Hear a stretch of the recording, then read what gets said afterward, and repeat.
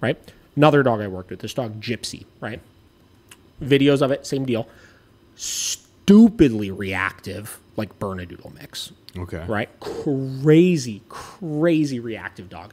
This dog lives a couple houses down from my mother-in-law, right? So we kind of know them a little bit. We know how much they've struggled with this dog. I've never worked with the dog before. They've worked with 3 trainers now, right? 3 trainers.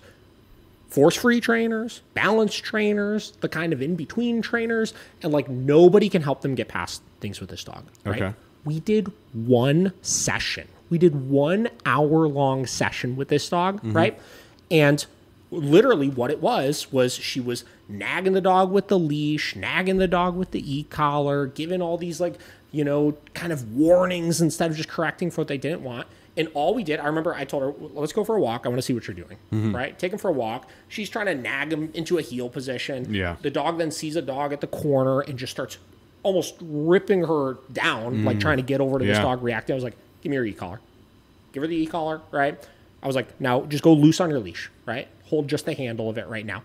Holds the handle, dog darts to the end. I say no. I turn it up. I think she had a dog tray as well, actually. Turn it up to probably 95 or something like that. Corrected the dog twice for it. The dog was like, whoa.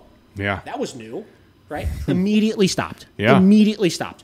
Then we went for a walk. Tons of dogs were out because it was a beautiful day. We passed like 3 more dogs, had to correct each time for those for lunges. Each lunge got less and less dramatic, right? And then we walked for literally 45 minutes. We passed by probably 15 dogs, 20 dogs, not a single reaction because we inhibited the response. Then the dog was really food motivated. We were pumping this dog full of rewards, right? Like reconditioning the attention onto us then at that point, but we had already stopped the behavior. Yeah. Right? We stopped the behavior, then we focused on reinforcing the proper thing, and we got past it. This was probably like 6 days before I left Connecticut, so I saw her obviously over those 6 days. Kate and her mom were out walking the dogs, right? And this dog has historically always reacted at them, like crazy reactions, right? Literally walked all the way up to them, had a full conversation with her. The dog didn't even make a peep.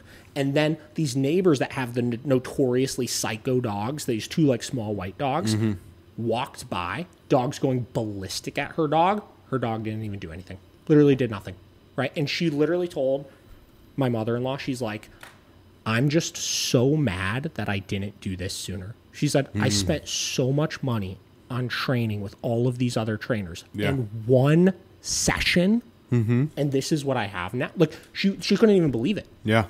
And it's like, it wasn't like I was there. I wasn't even there. Yeah. Right? It worked. Yeah. Yeah. You know what I mean? Yeah.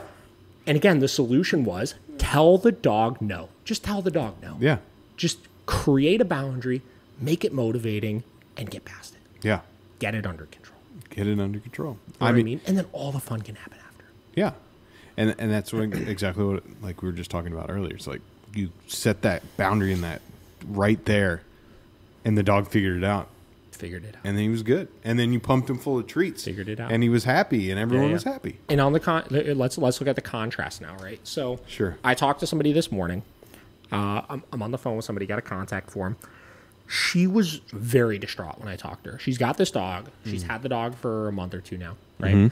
And the dog is nuts.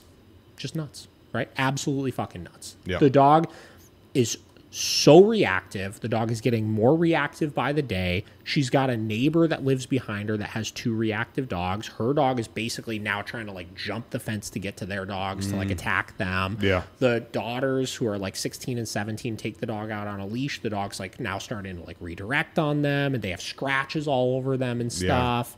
Yeah. And she was just like, I just don't know what to do. She said, I'm so stressed out right now. She said, I'm so scared right now. She's like, I'm scared to have people come into my house. Yeah. I'm scared what happens if this fence breaks. She's like, I had a fence contractor come out, quoted me $10,000 to put up a more secure fence just in case. She's like, I just don't know what to do.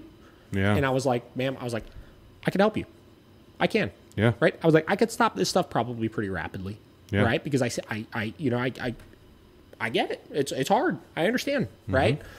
She was like, oh my God, thank you so much. I was like, I can get you started almost right away, right? I was like, all right, well, I just want you to review the 2 program options, see if you have any last questions on them, and we could talk further on it, right? And I send her the program options. She texts me right back, and she said, "Oh, I see you use e-collars." She said, "That is really outside of my comfort level." And like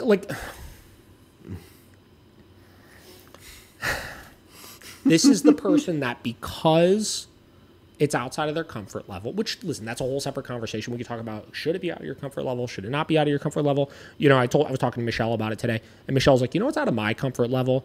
Your kid's getting bit by your dog because the dog is redirecting on them because it's reacting so much. But that's like the snarky response to it. Yeah. But like, this is unfortunately going to be the person that then goes to try to find a trainer that nices it over because they cater to that. They say, "Oh, no, don't be concerned about the e-collar.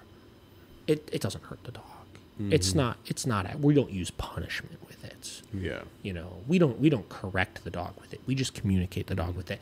And then they totally lie to the customer. The customer gets fucking nowhere because I know the only way you are going to stop that issue in the backyard is if you make it very unpleasant for that dog to be reacting at that back fence. It's the only way you're going to get past it. Yeah. We can get past it really fucking quick, and we can alleviate all of those issues that you're having right now, but that is the only way that you're going to get past it. You're not going to counter condition this away. You're not going to redirect this away. You're not going to give the dog fucking snuffle mats out there, and it's going to suddenly just, you know, like want to like go play with its snuffle mat instead of react to those other dogs. It's the only way you're going to get past it. And if you don't, somebody is going to get hurt, whether your kids, whether the other dogs, whether your dog, because it picks a fight with those other two dogs who are much bigger than it. You know what I mean? Like it's going to take something really bad happening before you realize, oh, wow, we have to get this under control now. And it doesn't matter how it gets done. It just needs to get done. Yep.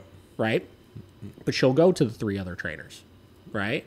She'll find ones that are a little bit more emotionally appealing, that sound nicer, you know, and cater to her instead of making her realize the serious position that she's in right now with her dog. And it's tough, man. And I think the problem is just the sugar coating that's just going on right now. It's just, I agree with you, man. You know, sometimes I feel like the lone soldier out there, just like still trying to preach the word that like you can correct your dog. You can, you know. There's not very many of you, for sure. Man, it's tough.